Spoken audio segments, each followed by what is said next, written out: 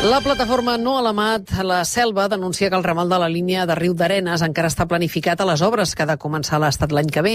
Aquest any, volia dir, tot i que el projecte ja està oficialment suspès i el govern fa un any i mig que va anunciar que hi havia un projecte alternatiu. Leia Claret, des de l'associació en contra de la línia, no ho veuen clar, oi?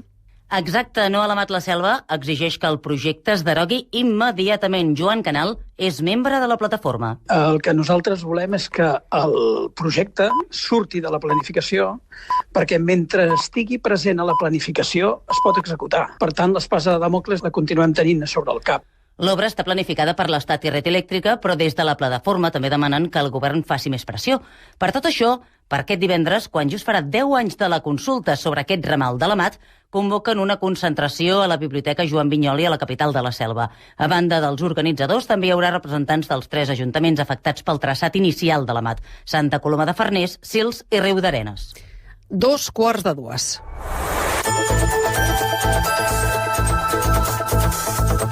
Catalunya al dia, amb Marta Romagosa.